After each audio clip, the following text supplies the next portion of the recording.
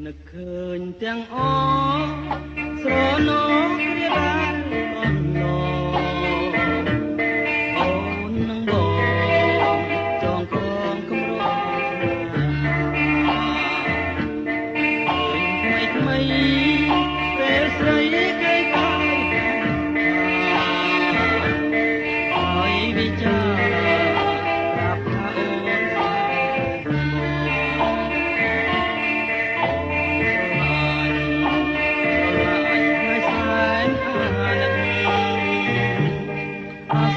នចិនអាសូជឿនលូនឡបងនឹងថាមិនអើយមកជួយចាំផងព្រះអើយខ្ញុំផ្សងពងសូមសច្ចានឹកឃើញជានិច្ច